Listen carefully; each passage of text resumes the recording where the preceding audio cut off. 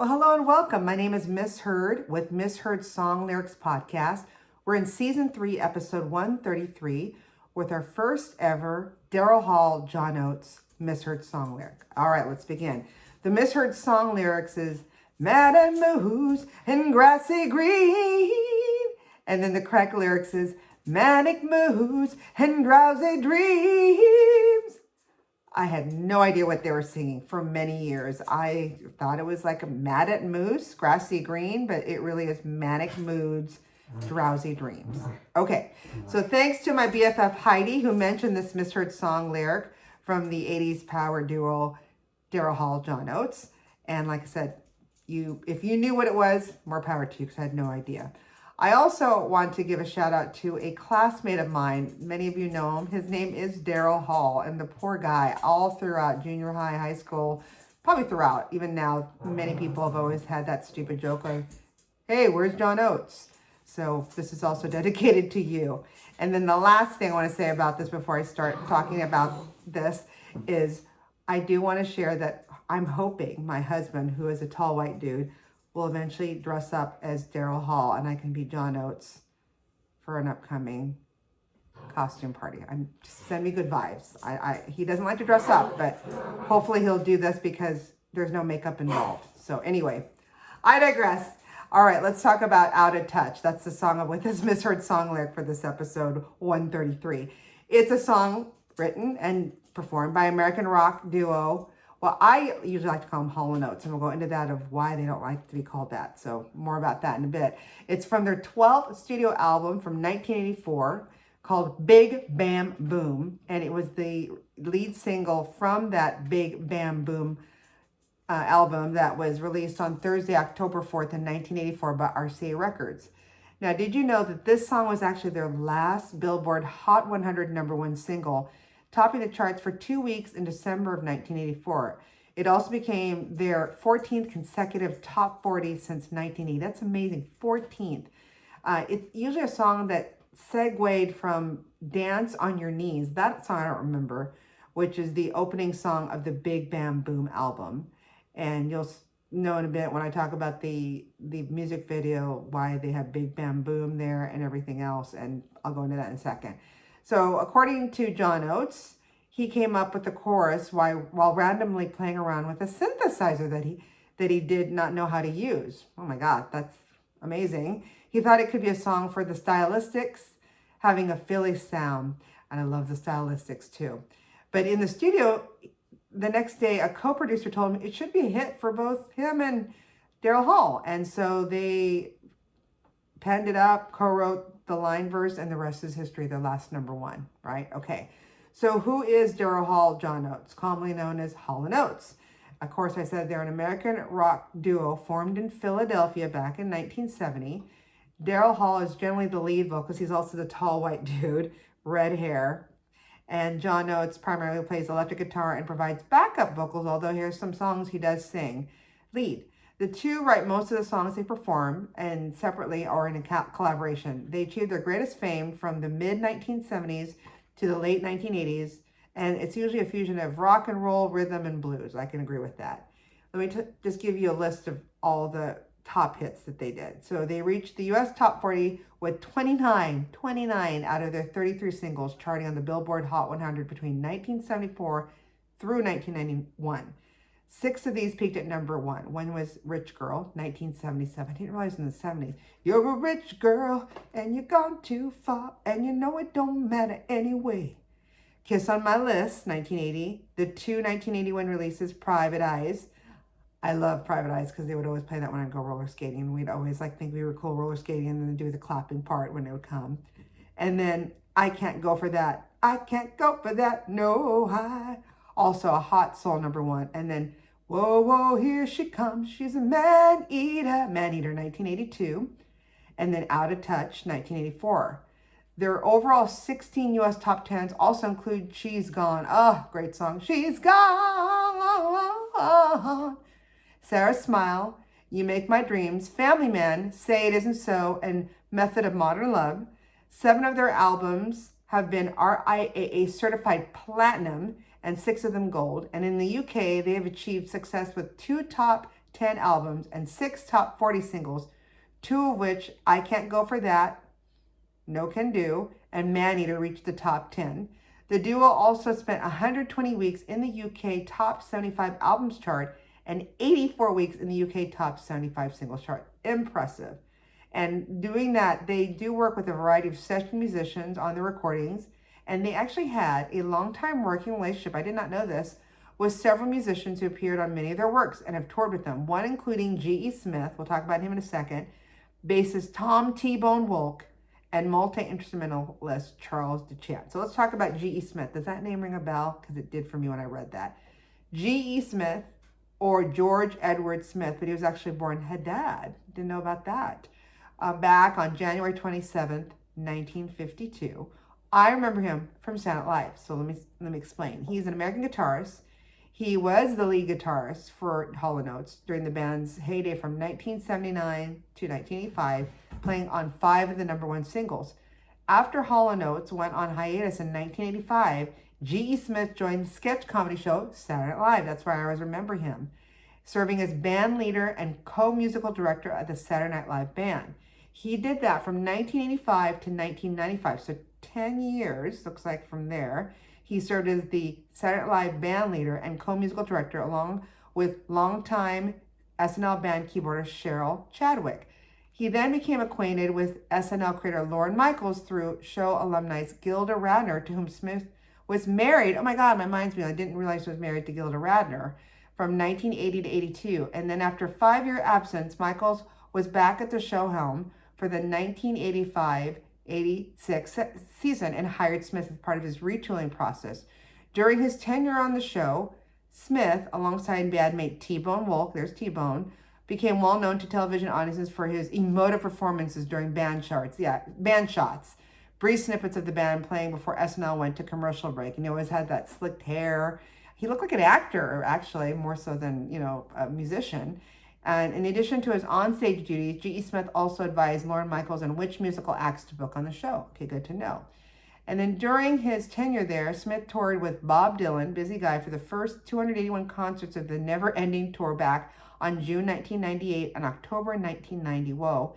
He also served as the musical director for special events such as the 1988 Emmy Awards, the 1993 Rhythm and Blues Foundation Awards, and Bob Dylan's 30th anniversary concert at Madison Square Garden, as well as acting as the music director at the Rock and Roll Hall of Fame concert in Cleveland. Busy guy, G. Smith. Unfortunately, I remember all of a sudden I never saw him. Well, he was fired from SNL after the disastrous, they said, 1994-95 season, which had the lowest ratings in 19 years in their history at Saturday Night Live. So Smith was part of the same mass exodus that also had the dismissal of 12 of the show's 15 cast members. Wow, he was replaced as band leader by saxophonist Lenny Pickett and keyboardist Cheryl Hardwick. Bummer. But one door opens, one door closes, and all that. He has recorded and performed with many acclaimed artists, including David Bowie, Mick Jagger, as we know, Bob Dylan, Roger Waters, Tina Turner, my favorite, Tracy Chapman, and Dan Hartman. Oh, remember Dan Hartman? Can we try just a little bit harder? Oh my God.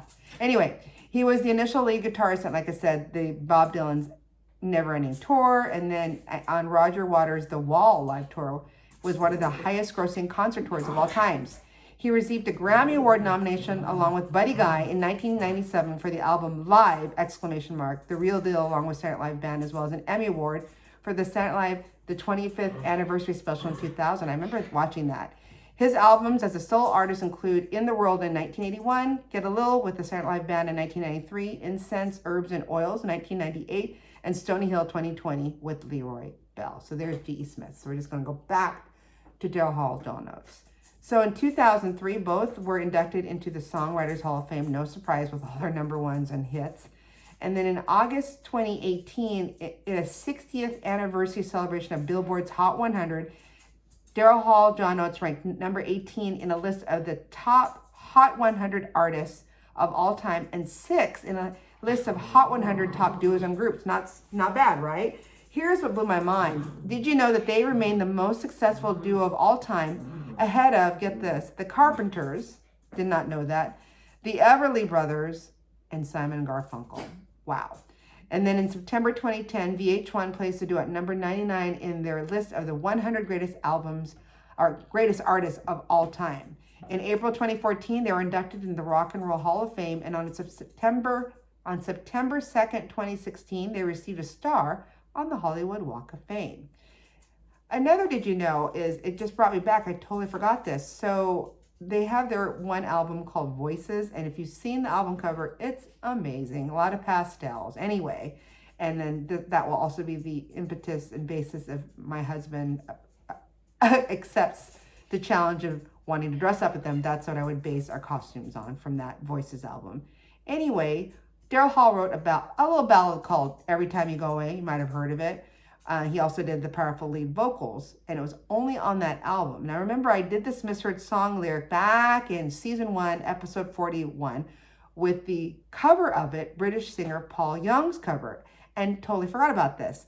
Now, that misheard song lyric with that cover, it always made it sound like Paul Young was saying, you take a piece of meat with you, not me. Anyway, that's when we did that. His version did quite well. It hit the Billboard #1 in the cover, by that cover back in 1985. I remember that. And then, although Hall and Oates recorded their version like a Memphis Soul style, it was never released as a single. It always is a fan favorite and is on the duo's greatest hit album, and was featured on their Apollo Theater album in 1985, and is frequently featured in their live set today. So there you know.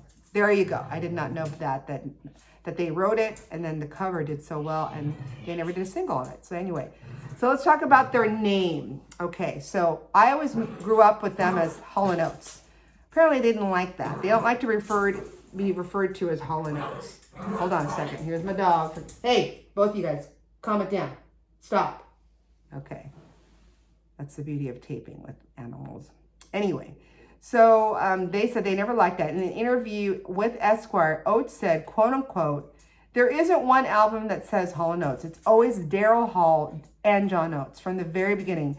People never note that. The idea of Hall and Oates, this two-headed monster, this thing, is not anything we've ever wanted or liked. And then in 2015, Oates noted that it's, quote unquote, a horrible name, and that it was a totally conscious decision not to be known as Hall and Oates, even though that's what we all call them. We didn't want to be the Everly Brothers or Loggins and Messina or whatever. And then in an interview with the Mercury News, Hall explained that, quote unquote, the reason why we've always insisted on our full names is because we consider ourselves to be two individual artists. We're not really a classy duo in that respect. I love Daryl Hall. And then, as you can see, that they're always credited as Daryl Hall, John Oates. There is no and or an ampersand, but I know people have always said it as Daryl Hall and John Oates or Hall and Oates. And the next did you know is there was a company that they actually sued. So they disliked the name of Hall and Oates so much that they actually sued a Brooklyn-based granola company in 2015 for naming one of their products, play on words, Hall and Oates. So Haulin Oates. And it was a well-known mark of the group. So they did not like it, and they sued them. All right.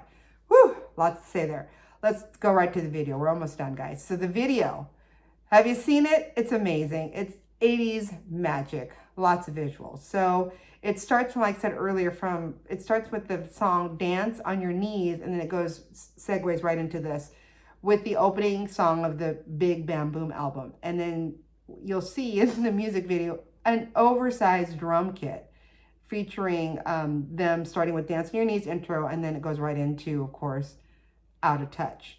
And so many things. You see the Big Bam Boom written out, and there's times where there's dancing in it. So in the boom part of the word, you have Hall and Oates, Daryl Hall, John Oates, and Oates, dancing, singing. And I'm just going to say Daryl Hall is just killing it with his white man moves. I mean, he's like, I don't care. I'm dancing with my cowboy boots, with my mutton chops, with my awesome ginger mullet. And then you have John Oates in the inside part of the O of the boom dancing, and he looks tiny. He looks so tiny. It's like, oh my gosh. And then, they're singing, changing, like 2-3 different outfit changes. One time you'll see Daryl Hall in a black shirt, and then he moves to some kind of, not leopard, but an animal print blazer. And then you see also John Oates changing. He always usually starts with sleeveless t-shirts, and then he's like wearing zebra pants. But then he starts jumping and doing cartwheels. And I'm trying to figure out if that really is him. If it is him, you go, John Oates. Wow. So it's a lot to see. It's fun, and please check it out. It's on YouTube or anything on the interweb. But fun video. And again, so much of the song. And the misheard song lyric is not about being mad at a moose on a grassy green, but more manic moods, drowsy dreams. So hopefully you learned a lot. I did, thanks to my BFF Heidi, who mentioned this. Finally doing it, Heidi. And to Mr. Daryl Hall, my classmate. Hopefully no one keeps asking where John Oates is. If you have any funny misheard song lyric ideas, please email us at misheard, that's MISSHEARD songs@gmail.com, or you can send us a DM, as the young ones would say, in one of our social media sites, of course, Facebook, Twitter, Insta. And you might not know. We might do your idea. So there you go. Till then, keep saying those songs wrong. Bye.